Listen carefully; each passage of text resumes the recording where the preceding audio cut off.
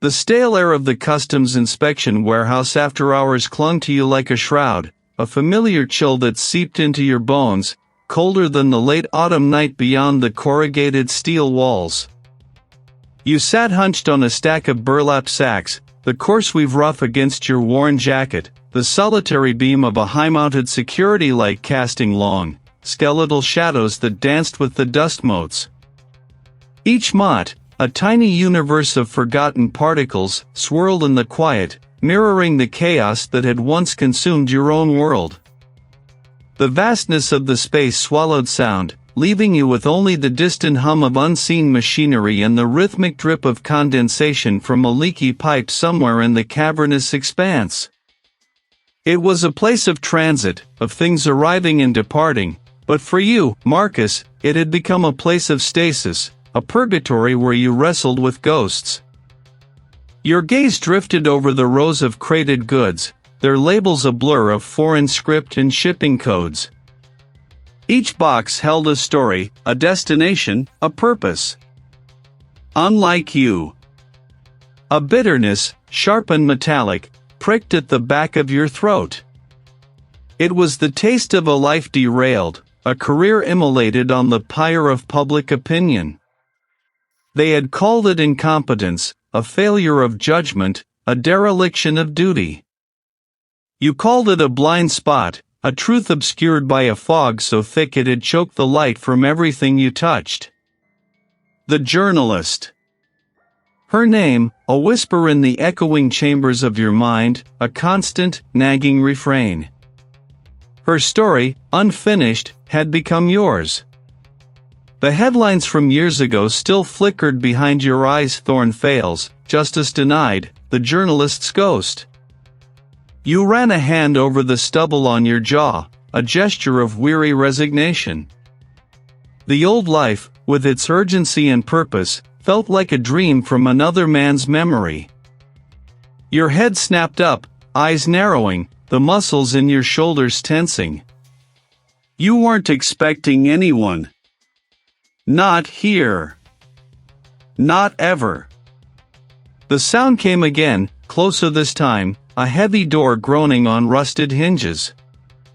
A sliver of light, too bright for this hour, pierced the gloom from the far end of the warehouse, illuminating a figure silhouetted against the night outside. You slid from the stack of sacks, your movements fluid, instinctive, a muscle memory from a life you'd sworn to forget. The absence was a familiar ache. It was a woman, her silhouette sharp and confident, her stride purposeful. Unmoving. Messages don't usually involve breaking into private property. He stopped a respectful distance away, his gaze sweeping the warehouse, then settling on your hidden form with unnerving accuracy. Circumstances. Marcus, demand a certain discretion. Your current circumstances, perhaps, more than most. A faint, almost imperceptible smile touched her lips, devoid of humor. And this property, while private, is not entirely unfamiliar territory for those of us who appreciate its unique attributes for quiet conversations. You stepped out, letting the weak light catch the weary lines etched around your eyes. Get to it. I'm not in the mood for riddles. Direct, as ever. She reached into her coat, pulling out a slim, leather-bound folder. It wasn't the kind of folder you'd expect to see in a customs warehouse. Too elegant, too personal. I have an offer, Marcus. A proposition, if you will, from certain concerned parties. Your gaze fixed on the folder. I'm not interested in offers. My badge is gone. My career is a casualty. There's nothing left to offer. On the contrary, she countered, her voice dropping slightly, the tension in the air thickening, there is everything. A chance, Marcus, to finish what you started. The air seemed to solidify, pressing in on you. Your breath hitched. Dead. Buried. Not entirely, she said, her eyes unwavering. New information has surfaced. A link, tenuous but undeniable, to a prominent figure. A presidential candidate, in fact. This was about something far larger, far more dangerous than anything you'd ever touched. After they stripped me of everything? Precisely because of everything, Marcus, the contact replied, her voice now a low, compelling hum. Your unique position outside the system, unburdened by its protocols, its loyalties, unafraid to confront the ghosts of your past, perhaps. She pushed the folder closer. This isn't about the law, Marcus. It's about truth. And redemption. Your fingers, almost of their own accord, reached out, brushing against the cool leather of the folder. The weight of it, even unread, felt immense. Inside lay the potential to reopen old wounds, to confront the failure that defined you. But also, perhaps, the chance to finally understand, to finally see the truth that had been denied. The air, once stale, now crackled with a dangerous energy. But the journalist's ghost, Ilara Vance, demanded an answer. And something deep within you, a flicker of the old Marcus Thorne, was beginning to stir. The cool leather of the folder yielded beneath your fingertips, a surface slick with the promise of old secrets.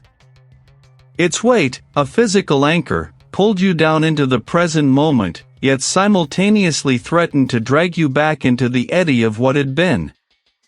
The air in the quiet room, thick with unspoken expectations, pressed in. You felt the gaze of the superior, a silent force, urging you forward, or perhaps, simply observing the slow, inevitable turn of your resolve. To understand. To finally understand. The words echoed, a phantom whisper from a past you thought buried. This wasn't about redemption, not truly, not yet. It was a hunger, a gnawing void that only clarity could fill. You lifted the folder, the movement deliberate, a quiet acceptance. A flicker in the superior's eyes, a ghost of a nod, confirmed the unspoken pact. No grand pronouncements were needed, the gravity of the moment was its own silent oath. Hours later, the city's pulse had slowed to a murmur, its vibrant hum replaced by the distant thrum of unseen machinery. High windows, grimy with neglect, cast long, distorted rectangles of moonlight onto the concrete floor, illuminating dust motes dancing in the still air. Their silhouette was sharp against the dim light, their posture rigid, almost formal.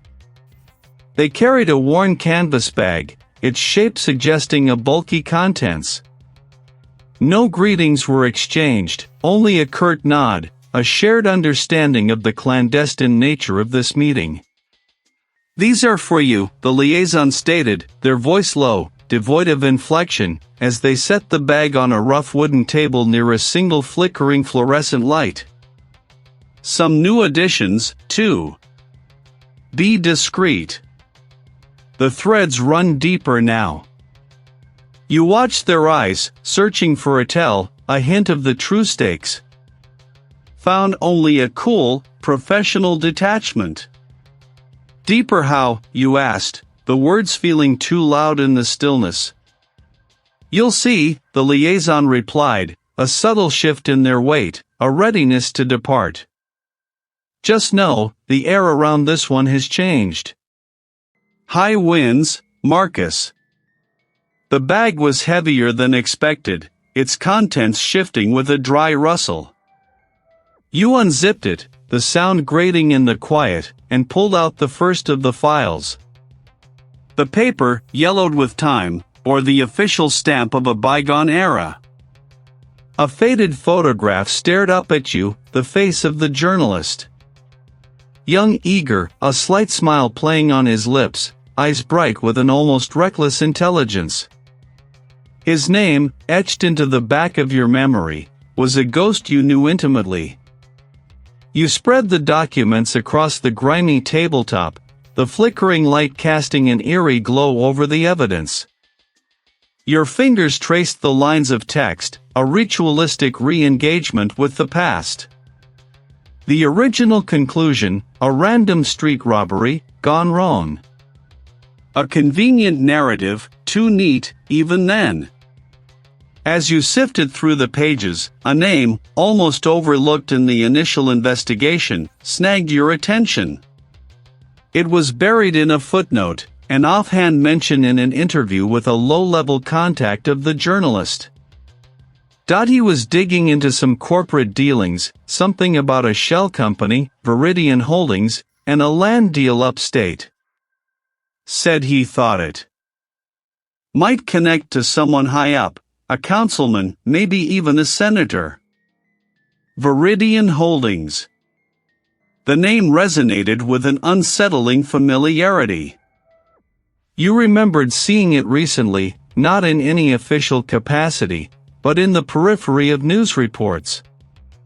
It was mentioned in connection with a major infrastructure project, a lucrative contract awarded to a consortium backed by a new, well-funded political action committee. And that PAC, you recalled, was a significant booster for the current presidential campaign of the prominent politician. The coincidence pricked at the edges of your awareness, a subtle discord in the symphony of facts. Further into the file, a crumpled, half-legible note. It looked like a hastily scribbled reminder from the journalist's personal effects. Meet the Weaver, Dock 7, midnight. Info on the consortium and Project Chimera. Watch for the symbol. Dock 7. The journalist had been found miles from any dock, his body discarded in an alleyway.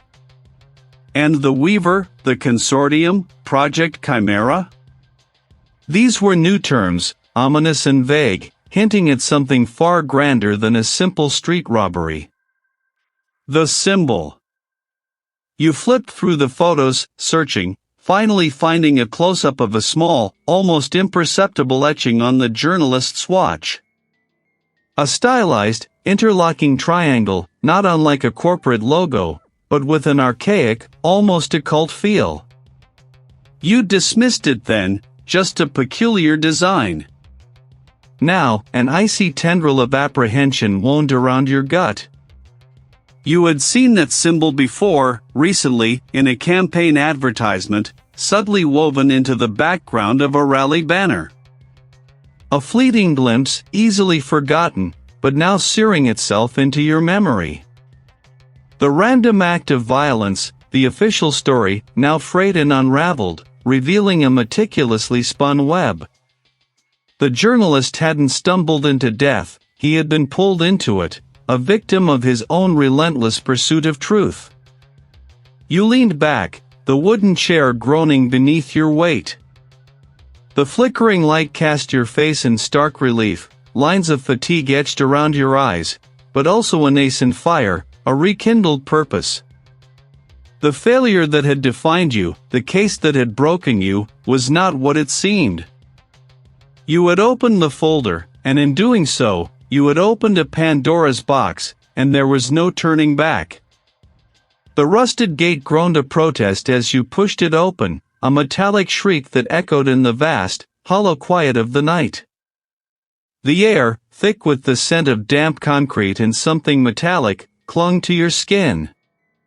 10 years had sculpted new lines into your face, but this place remained unchanged, a stagnant pool of memory. You stepped inside, your footsteps crunching on loose gravel, then softening on the grimy concrete floor. Overhead, a single flickering bulb, a relic from the initial investigation, cast long, dancing shadows that stretched and retracted like grasping fingers. This was where the journalist had been found, sprawled amidst crates marked with faded shipping labels, a life extinguished before its prime. The official report, a flimsy shield against deeper truths, had called it a robbery gone wrong.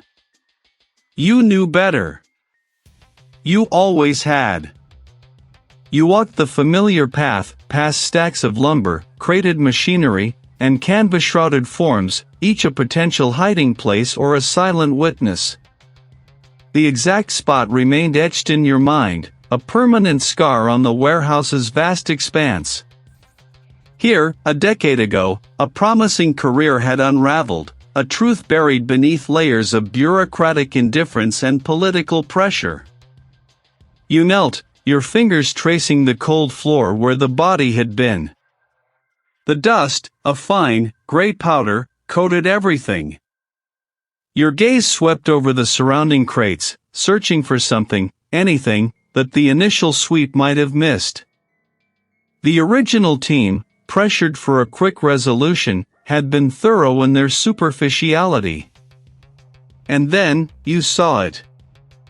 Not on the floor, but on the underside of a small, wooden crate, tucked away in a corner, half hidden by a larger pallet. A crude carving, barely visible in the dim light. You ran your fingers over the wood, feeling the shallow grooves. It was a symbol, an intricate knot, almost like an ancient cipher, followed by 3 distinct, almost imperceptible pinpricks. It wasn't random. It was deliberate. The journalist, you remembered, had a fascination with historical codes, a hobby he'd often discussed. This was a message, hidden in plain sight, waiting for someone to truly see it. This wasn't a robbery. This was a targeted message, a final, desperate act of communication. The symbol, the knot, it tugged at a memory, a fleeting image from an old file, something dismissed as irrelevant. You pulled out your phone, snapping a quick, clear image. This was the first thread. Your next stop was a cramped, smoke-filled diner that smelled of stale coffee and regret, a place where the city's undercurrents often converged. You slid into a worn booth opposite a former colleague, a man whose eyes had seen too much and now preferred to see nothing at all. Closed book, Thorn. Random act. Sad business. Was it? You leaned forward slightly. He was working on something big, wasn't he? Something about that infrastructure project, the one Viridian got. A muscle twitched in his jaw. You're barking up the wrong tree, Marcus. That case. It was handled. Higher ups. Let it lie. He took a slow, deliberate sip of his coffee. Some trees have deep roots. You start digging, you might just get buried yourself. It wasn't a warning, it was a veiled threat, delivered with the practiced nonchalance of a man who understood the mechanics of power. You pushed a small, folded bill across the table, a familiar gesture for information, but he didn't touch it. Not this time, Thorn, he said, pushing his mug away. Some things are best left undisturbed. He stood, his chair scraping against the linoleum floor. For your own good. The encounter solidified your conviction. The journalist hadn't merely stumbled into something, he had been actively pursuing it, getting dangerously close. The resistance wasn't just old news, it was fresh, palpable, a current of fear still running through the city's veins. He was a jittery man, his eyes darting like trapped birds. Or the journalist? He flinched at the sight of the image, his face paling. No. Nothing. I saw nothing. Heard nothing. I got let go. But I saw a car. A black sedan. Expensive. Not one of the usual delivery trucks. It was there, hours before the body was found. Just sitting. And then it was gone. Did you get a plate number? And I was told to forget it. By the new boss. A few days after the murder. Said it was probably just a late pickup. But it felt wrong. The people who wanted him quiet. They're still watching. Leave it alone. Please. For your own sake. The fear in his eyes was not feigned. It was a raw, visceral thing that spoke volumes. The air in your makeshift sanctuary, a borrowed, dusty corner of a forgotten print shop, felt heavy with the ghosts of unfinished stories. You had spent hours, days, sifting through the journalist's scattered notes, the victim's meticulous shorthand, a language you were slowly learning to decipher. Each faded ink stroke, each underlined phrase, a breadcrumb leading deeper into a labyrinth. Your gaze snagged on a recurring symbol, a stylized double helix, almost like intertwined snakes, etched subtly next to mentions of financial transactions. It appeared again and again, beside cryptic references to Project Chimera and Viridian Holdings. Viridian Holdings, a name that had surfaced briefly during your initial investigation, dismissed as a minor shell corporation, a dead end. But now, paired with the journalist's persistent annotations, it pulsed with new meaning. You pulled up the politicians' campaign finance reports, cross-referencing dates and donation streams. The sheer volume of small, seemingly independent contributions was staggering, a mosaic of legitimate-looking donations. But when you filtered for those originating from addresses linked to Viridian Holdings subsidiaries, a pattern emerged. A complex web of front companies, each a mere phantom limb of the larger entity, funneling untraceable funds into the presidential campaign. The journalist had not just suspected, they had known. Known that Viridian Holdings, an entity shrouded in layers of corporate anonymity, was more than just a financial player. It was a conduit, a silent partner in the politician's ascent, potentially controlling the very levers of power. The double helix symbol, you now realized, wasn't just a logo, it was a signature, a brand mark of an organization that operated in the shadows, its roots deeply entwined with the highest echelons. A cold certainty settled in your gut. This wasn't about a random act of violence. This was about silencing someone who had come too close to exposing a meticulously crafted illusion, a political ascent fueled by unseen forces and illicit wealth. The journalist's research wasn't just damning, it was a blueprint of their undoing, and now, potentially, yours. A single, loose page, tucked into a worn leather journal, caught your eye.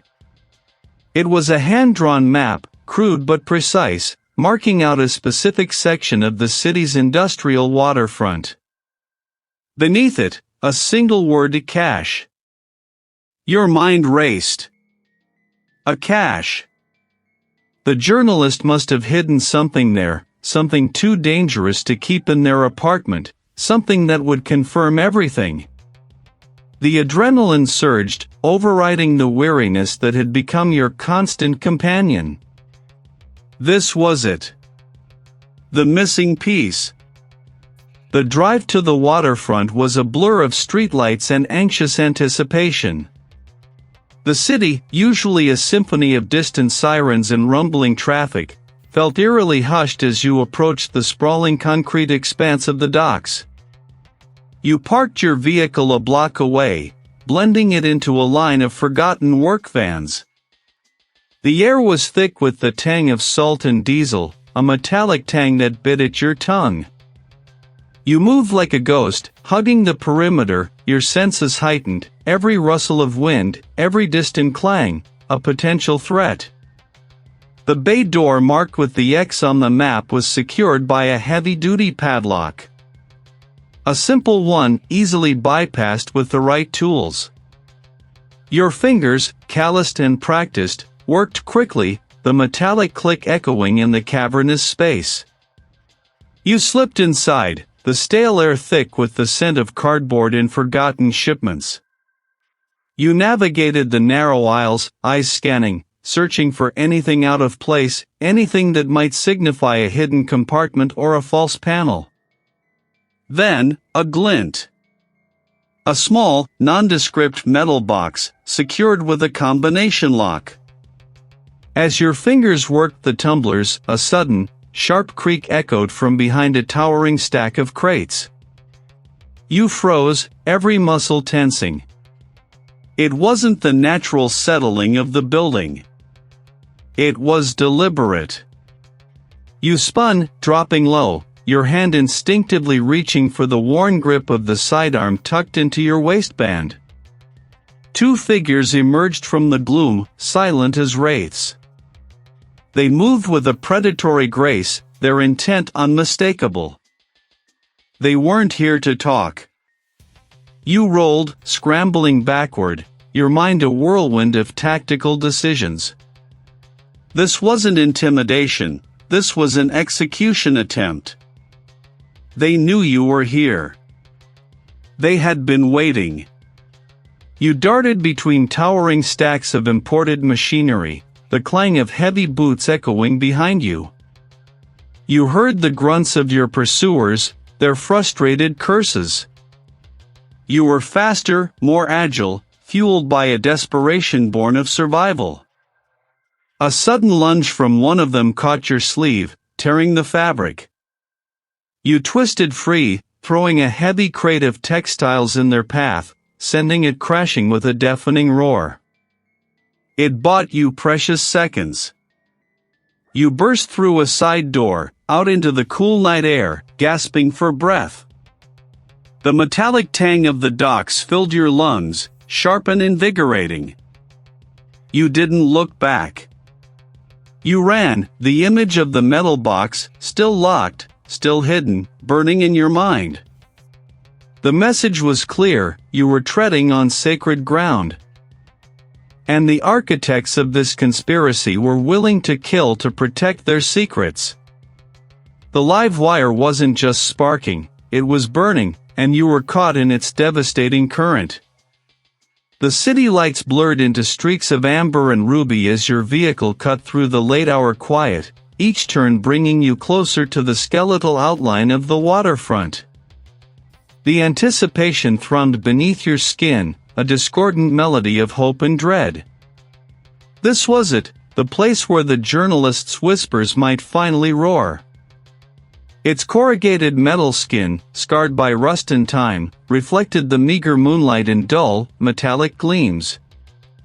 The air, thick with the briny scent of the bay and the stale odor of stored goods, bit at your exposed skin. You moved with the practiced stealth of a predator, circling the perimeter, eyes scanning for the familiar weak points, the forgotten accesses. A small, grimy service door, tucked between two massive loading bays, caught your attention. Its lock, though sturdy, bore the telltale marks of neglect. Your fingers, still possessing a ghost of their old dexterity, worked the tumblers. The click was a whisper in the cavernous night, a tiny victory against the oppressive quiet. You slipped inside, the heavy door sighing shut behind you, plunging you into an inky blackness that swallowed all light. Dust motes danced in the artificial light, a silent, swirling universe.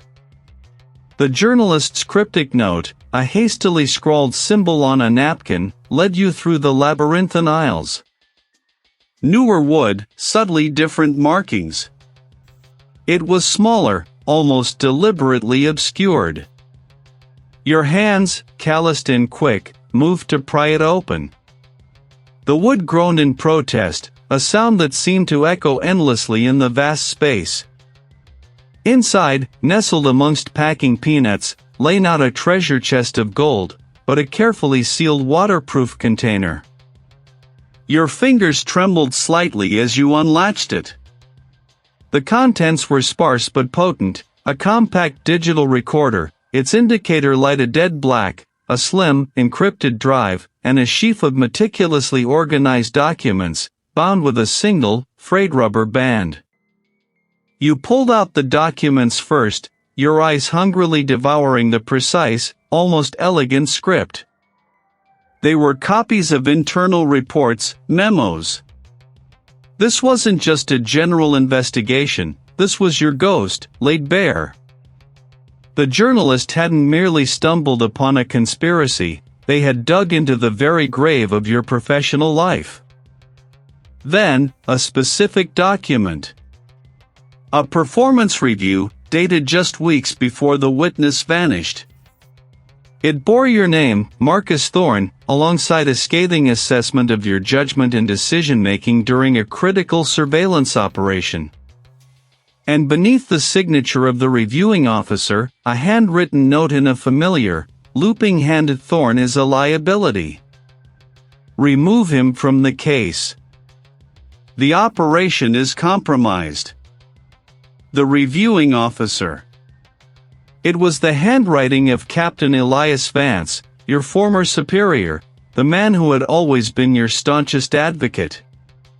The one who had publicly expressed his regret at your dismissal, citing unavoidable systemic pressures. The man you had, for years, believed was a victim of the same political maneuvering that had ruined you. The betrayal was a physical blow, a sudden, sharp pain in your chest. Vance. He hadn't just stood by, he had actively participated. He hadn't just let you fall, he had pushed. You remembered Vance's smooth words, his comforting hand on your shoulder as the disciplinary board delivered its verdict. Lies. All of it. A carefully constructed performance. Your gaze fell upon another document in the stack, a heavily redacted transcript of a phone call. The journalist had linked the two, your professional assassination and the murder you were now investigating. Your head snapped up, the documents clutched tight in your hand. You weren't alone. The sudden realization sent a jolt of icy adrenaline through you, overriding the shock of Vance's treachery. Someone else was here, someone who might be looking for exactly what you had just found. You quickly repacked the most incriminating documents into the waterproof container, securing the drive and recorder. The scraping sound grew louder, closer. It was the deliberate movement of heavy equipment, or perhaps a forklift. The scent of dust and decay suddenly seemed to cling to you, betraying your presence. You had found the missing piece, but now you were a target, trapped in a labyrinth of betrayal and danger, with the ghost of a journalist's truth in your hands. The air tasted of salt and forgotten cargo, a metallic tang that pricked at your sinuses. Each step echoed, a solitary percussion against the vast quiet. The only light was the thin beam from your tactical flashlight, a nervous finger tracing paths across stacked crates and shrouded machinery. Your breath plumed in the cool, stale air. The handwriting, Vance's signature on that long-buried review, had been a key, turning in a lock you hadn't known existed. It had redirected your course, pulling you from the familiar hunt for a shadowy organization to the unsettling possibility of betrayal from within your own past. A whispered word from a low-level contact, a dock worker with a gambling debt and a loose tongue, had pointed you here, to a place where illicit shipments sometimes vanished, sometimes resurfaced, often without proper documentation. He'd spoken of a special manifest handled personally by a man with old connections, a description that had snagged at your memory like a burr. Forklift paths scarred the concrete floor, leading nowhere in the dimness. You navigated by instinct, your senses heightened, every creak and distant groan of the building amplified. The scent of chemicals, wood, and something vaguely organic, perhaps dried herbs or spices, mingled in the air. You remembered Vance's meticulous nature, his insistence on order even in chaos. If he were involved, there would be a system, a hidden pocket within the bureaucratic maw. Your flashlight beam danced over shipping labels, country codes, and customs stamps, a parade of global commerce halted in purgatory. You sought no grand, obvious fault, but a subtle anomaly. It was not locked, merely latched. A flicker of doubt, then determination, urged your hand. Inside, not files, but a small, reinforced metal box. It was a simple lock, a 4-digit combination. You cycled through the numbers that had always been Vance's touchstones, his badge number, the birth year of his estranged daughter, the date of his commendation. The last one clicked. The tumbler turned with a soft, final sigh. Within, nestled amongst innocuous-looking customs forms, lay a slim, leather-bound folder. It was unmarked, unadorned, yet its very plainness screamed significance. Your fingers trembled slightly as you lifted it, the leather cool and smooth beneath your touch. This was it. The air around you seemed to thicken, pressing in. You opened the folder. Inside, not documents, but a series of high-resolution photographs and a single, encrypted data chip. The photographs, grainy but clear, depicted the prominent politician, Senator Alastair Finch, shaking hands with a figure you recognized from old intelligence briefings, a man known only as the architect, rumored leader of the organization you'd been chasing. But it was the context that tightened the knot in your stomach. They weren't at a public event. Your gaze fell upon the data chip.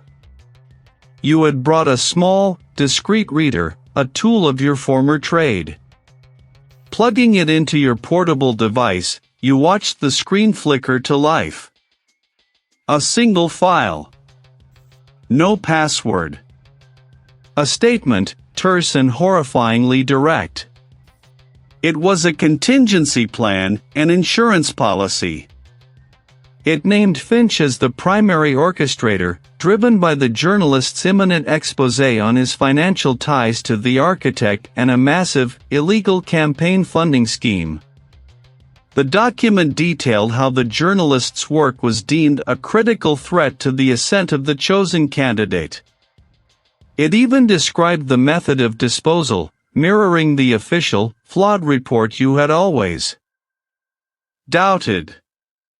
But the true gut punch came in the final paragraph, a brief addendum. It was not signed, but its content was unmistakable.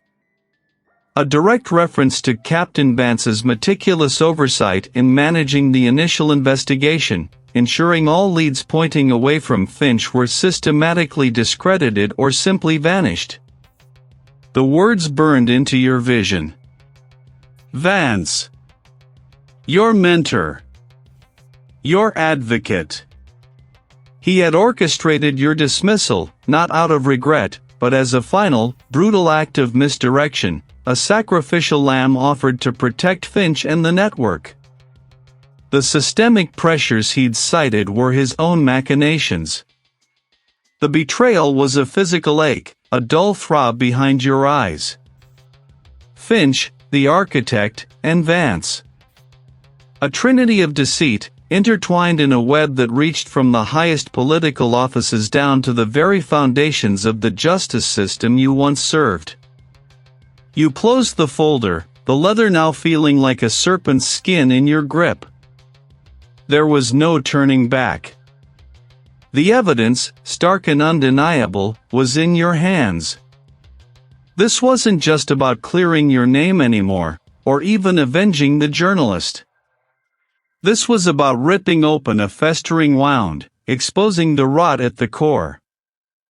The cost would be immense. Your life, perhaps. Your freedom, certainly. The determination was no longer a flicker, but a steady, unyielding flame. You would see this through.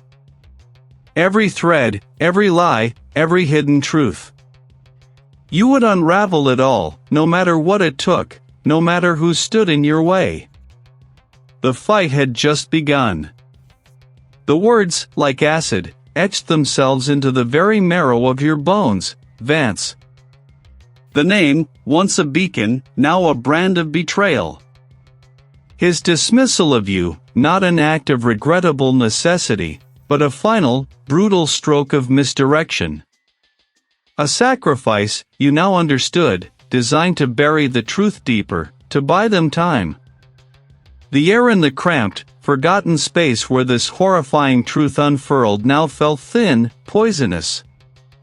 A distant siren, a mournful wail, slices through the oppressive quiet, pulling you from the immediate horror of the revelation.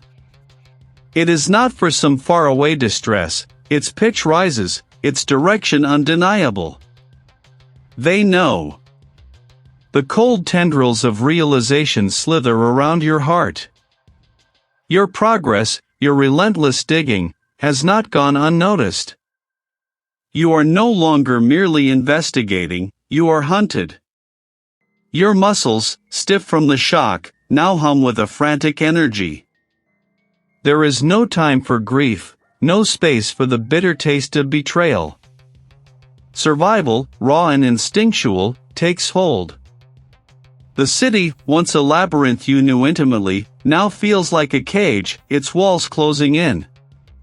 A nondescript sedan, its windows tinted, idles impatiently. The driver, a former informant, a man whose loyalty you earned with a quiet gesture years ago, offers no greeting, only a curt nod as you slide into the passenger seat. They're tightening the net, Marcus. The driver's voice is a low rumble, devoid of emotion. Every exit point is watched. Every known associate is being leaned on. You're hot. Where to, you ask, your voice a strained rasp, your gaze scanning the rearview mirror reflecting only the grimy urban sprawl. The place you asked for. He replies, weaving through the late-night traffic with practiced ease, a phantom in the flow. It's as secure as it gets. Nestled near the docks. The driver drops you a block away, vanishing into the labyrinth of industrial backroads. The air here is sharper, laden with the smell of brine and diesel.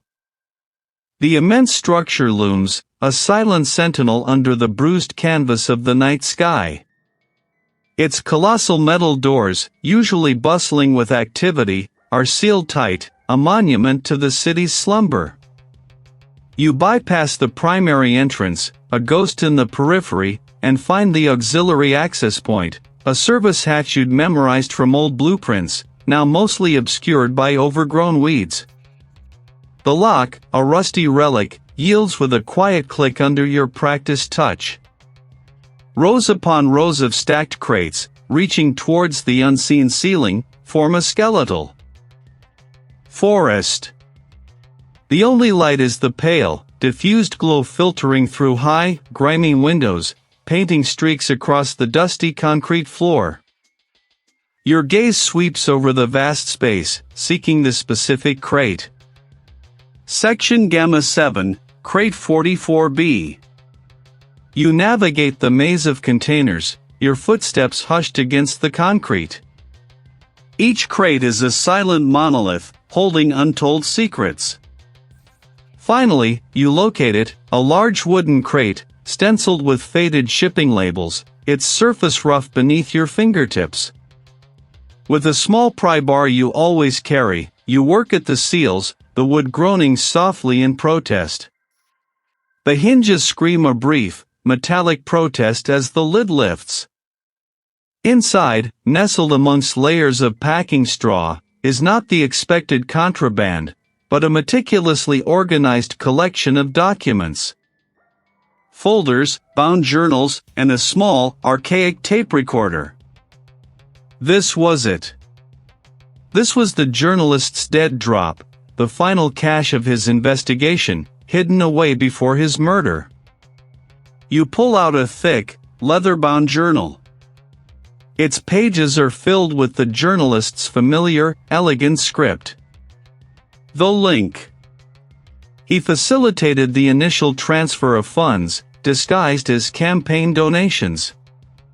Their reach extends to the highest office. Vance. Not just an architect of your downfall, but an active participant in the very conspiracy you now hunted.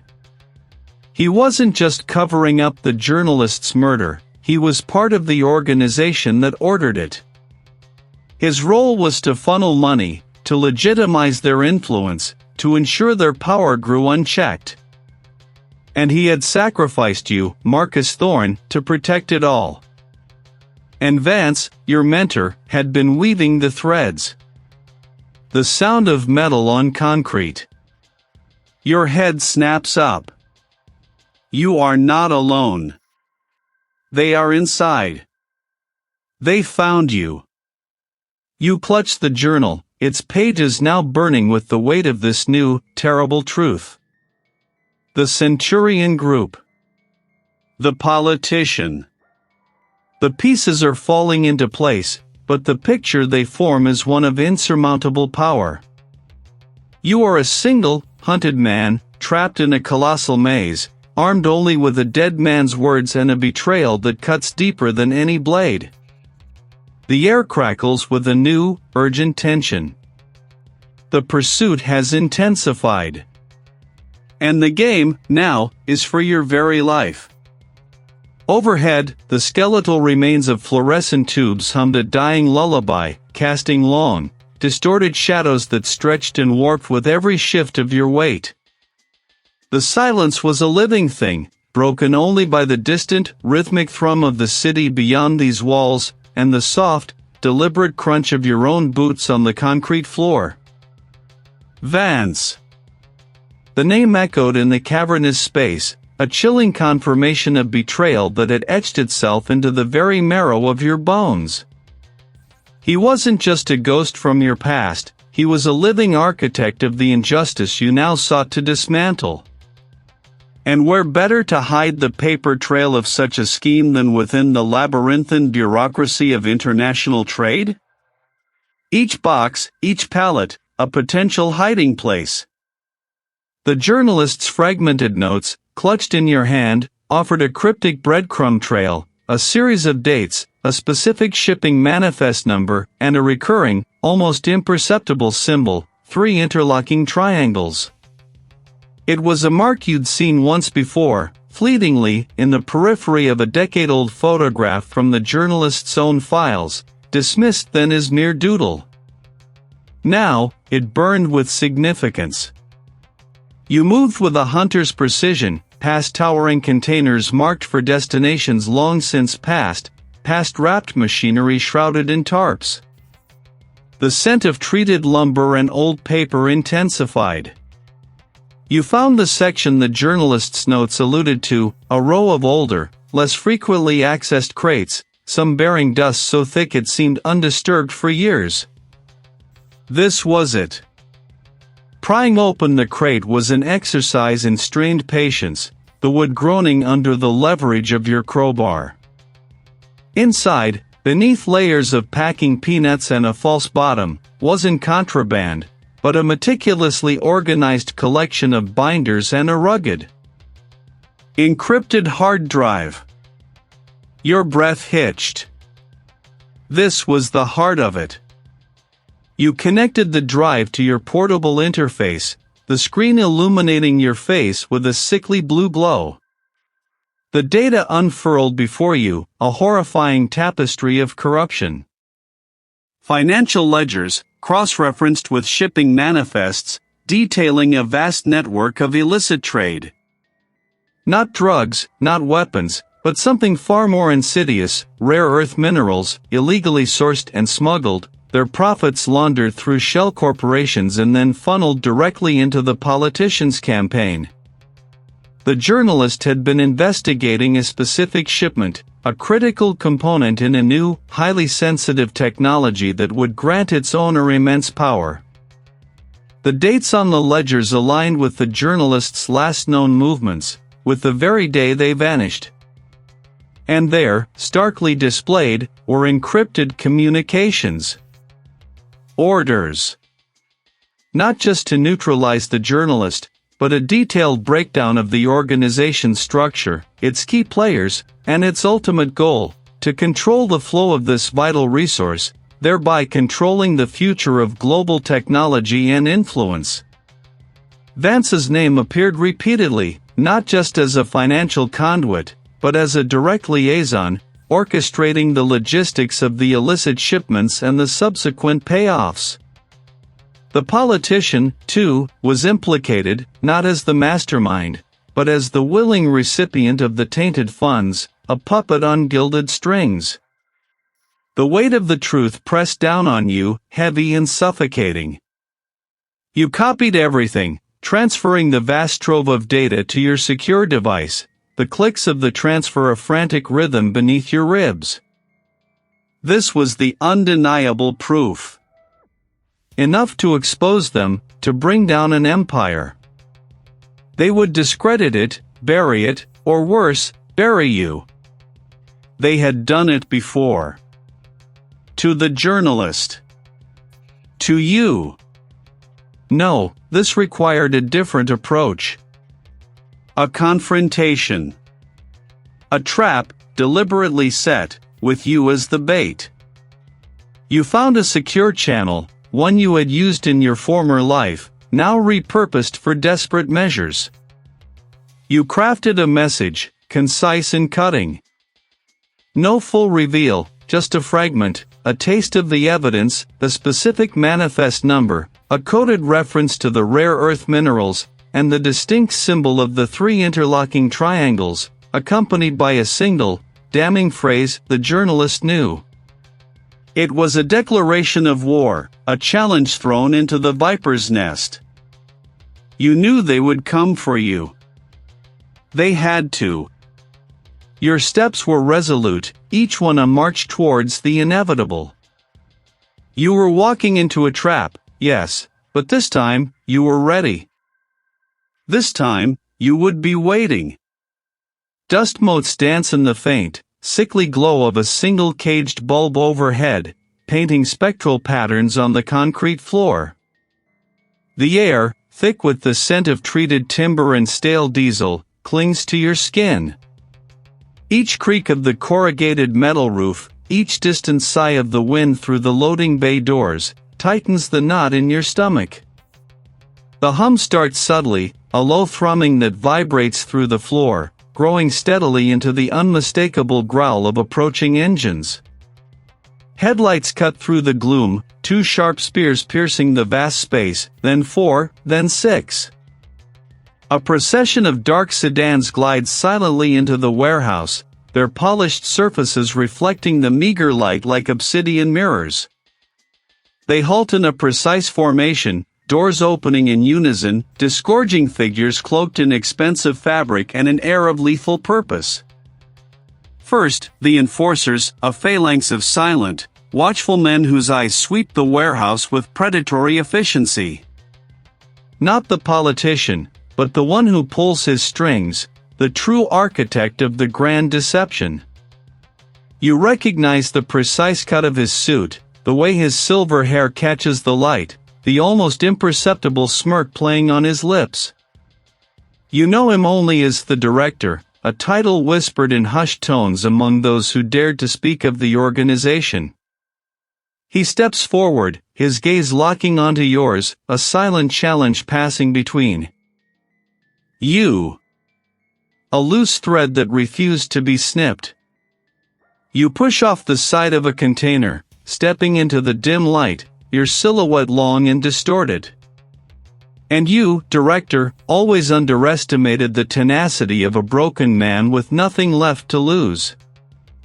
You thought you could bury the truth with enough power and money. Truth is a malleable concept, Marcus, the director replies, a dismissive flick of his wrist. Especially when spun by those who control the narrative. The journalist's death was a tragedy, a random act of violence. The public accepted it. The public accepted the lie you fed them, you counter, your voice steady despite the tremor in your hands. The journalist wasn't just investigating the politician's campaign. He was close to exposing the entire network, the web of illicit funding, the shell corporations, the influence peddling that reaches into every corner of this city, and beyond. The director, however, remains impassive. Conjecture, Marcus. Wild accusations from a disgraced badge. Is it? You reach into your jacket, pulling out a small, encrypted data chip. This contains the journalist's final report. It details the precise transactions, the names of the shell companies, the coded messages. It even has a recording of a meeting, director, where you, the politician, and a key financier discussed silencing anyone who got too close. The journalist was too close. A ripple goes through the enforcers. The random mugging was a cover. He died because he found the ledger, the one detailing the bribes paid to secure those lucrative city contracts, the ones that enriched your organization and funded the politician's rise. He died because he recorded the politician's confession, a desperate plea to keep his name out of it, blaming everything on a mid-level operative. A scapegoat. The politician lets out a choked sound, his face paling. That's a lie. He was a loose cannon, unstable. Unstable, perhaps, but meticulous, you retort, your gaze fixed on the director. He hid this chip, knowing his life was in danger.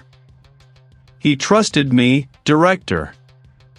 He reached out to me, the disgraced detective, because he knew I'd been burned by your kind before. This warehouse is secure. No one knows you are here. It wasn't just a challenge. It was a beacon. My contact, the one you compromised? They're not just a mole. They're a failsafe. If I don't check in by a certain time, this data chip, or rather, a copy of it, is automatically released to every major news outlet, every independent journalist, every watchdog group that's been sniffing around your empire. It's already encrypted and queued. My death, director, will be your undoing. It will be the spark that ignites the fire. The director's eyes narrow, assessing. The politician looks utterly defeated, his presidential ambitions crumbling before his very eyes. The enforcers shift, their hands now openly on their weapons. The air crackles with unspoken threats. A desperate gambit, Marcus, the director finally says, his voice devoid of its earlier warmth. But effective. It seems we have a stalemate. Not a stalemate, director, you correct him, your gaze unwavering. A choice. Or you can let me walk, and we can discuss how to contain this. The director's eyes bore into yours, calculating, weighing the cost. The enforcers are poised, ready to spring. The politician is a statue of despair. You hold your breath, your heart a frantic drum against your ribs, knowing this moment is the precipice. The breath you held, a fragile bird trapped in your chest, escapes in a ragged gasp. The director's gaze, sharp as fractured glass, flickers, not at you, but beyond. The enforcers, once coiled springs of menace, hesitate, their eyes darting towards the vast loading bay doors. The politician, a statue of despair moments before, now shudders, a tremor running through his once impeccable frame.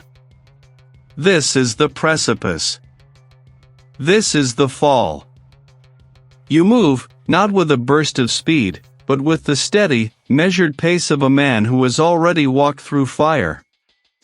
Your hand, still tingling from the phantom weight of a badge, reaches for the heavy-set director, not to strike, but to secure. His face, a mask of calculated control, crumbles, revealing a raw, furious defeat.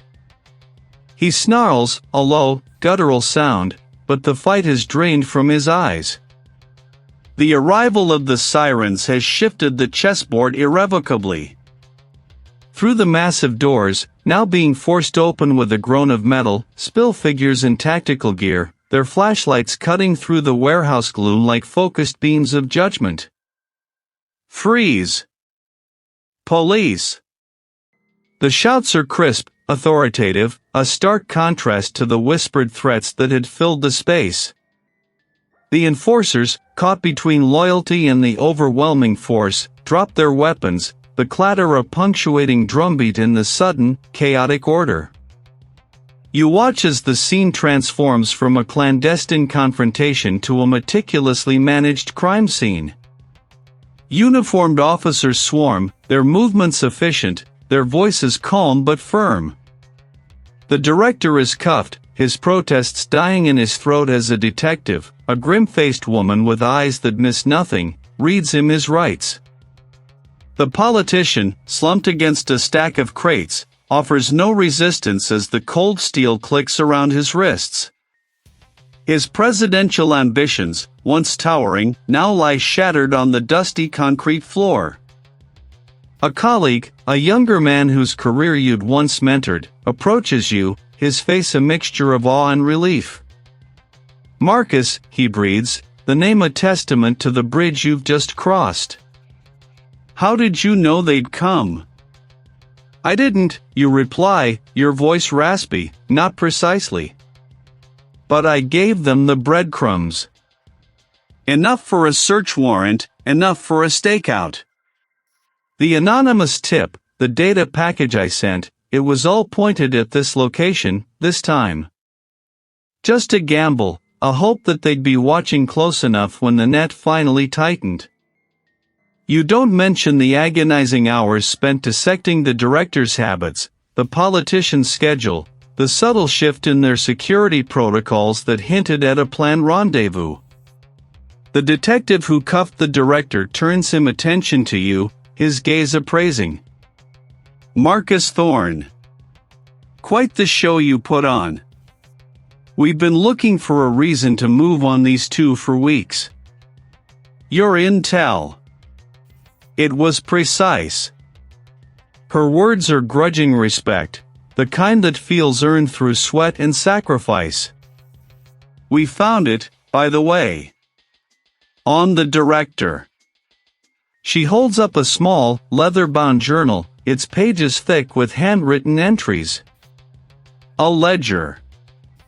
Names, dates, transactions. This goes far beyond a single journalist's murder. Your eyes trace the delicate script on the open page of the ledger. It confirms your deepest suspicions. This was never a localized conspiracy, but a vast, intricate web. The journalist's murder was merely a thread pulled from a much larger tapestry of corruption. Your muscles ache, your head throbs, but a strange, quiet calm settles over you. The frantic drum of your heart has slowed to a steady beat. You watch as the politician is led away, his face pale and drawn, his eyes avoiding yours. He glances at a news crew that has somehow already arrived, their cameras flashing like predatory eyes. Tomorrow, his fall will be headline news. The brilliant journalist's name, long forgotten by most, will be resurrected, her story finally given justice. The personal cost, though, begins to sink in. The years of disgrace, the gnawing self-doubt, the isolation. You feel the weight of it, the emotional toll of every calculated risk, every sleepless night. The badge is still missing from your belt, and the path to reclaiming it, if such a path even exists, feels impossibly long. The Architects. This chapter might be closing, but the story, you realize, is far from over. The tension remains, a taut wire humming beneath the surface, reminding you that while one battle is won, the war for justice is an ongoing, relentless campaign. You are Marcus Thorne, and you are determined. You stand amidst towering stacks of crated goods, each box a silent witness to countless transactions, legal and illicit. The only illumination is the stark beam from your tactical flashlight, a solitary spear cutting through the cavernous gloom. It dances across the open pages of the ledger, a worn volume whose delicate script now burns with the weight of revelation. The Architects, you murmur again, the name a whisper swallowed by the vast emptiness. It feels less like a discovery and more like an awakening, a final piece clicking into the agonizing mosaic of your past. The ink, faded by time, details a network far more intricate than you had dared to imagine, a web spun from the highest echelons of power, reaching down into the very foundations of the city. The journalist's murder, once a singular, brutal act that shattered your career, now reveals itself as a calculated snip in that web, a strategic removal to protect a larger, more insidious design. Your fingers, calloused from years of gripping a service weapon and then, more recently, a pen, trace the lines of the ledger. The politician, whose campaign was meant to be the Architect's next grand project, was merely a figurehead, a polished mask for their unseen machinations. The journalist, brilliant and relentless, had stumbled upon the true nature of their control, not just over an election, but over the flow of information, resources, and influence itself. This isn't just about redemption, it's about recognizing the true face of the beast that consumed your life. The ghost of your past failure, the image of the journalist's unavenged eyes, begins to recede, replaced by a fierce, quiet resolve. You hadn't failed, you had merely been outmatched by a force you couldn't yet comprehend. Now, with the ledger's truth laid bare, the pieces coalesce into a terrifying, yet undeniable, clarity. The distant rumble of a passing freight train outside the warehouse walls vibrates through the concrete floor, a reminder of the world beyond this isolated pocket of truth. You close the ledger slowly, carefully, as if handling something both fragile and explosive. This isn't the end of the Architects, not truly. But it is a beginning. This ledger, this undeniable proof, will be wound in their invisible empire, a fissure through which a semblance of justice can finally seep. Your hand instinctively moves to the worn leather of your jacket, where the weight of a hidden tool provides a familiar comfort. There's a quiet awe in their tone, an acknowledgement of the impossible task you've accomplished. You nod, extending the book. Everything they've built. The politician was just a pawn. The journalist was getting too close to their true leverage, the systemic manipulation of key infrastructure, disguised as legitimate business. Your voice, though quiet, carries the weight of years of silent accusation, now finally given form. This isn't just a murder.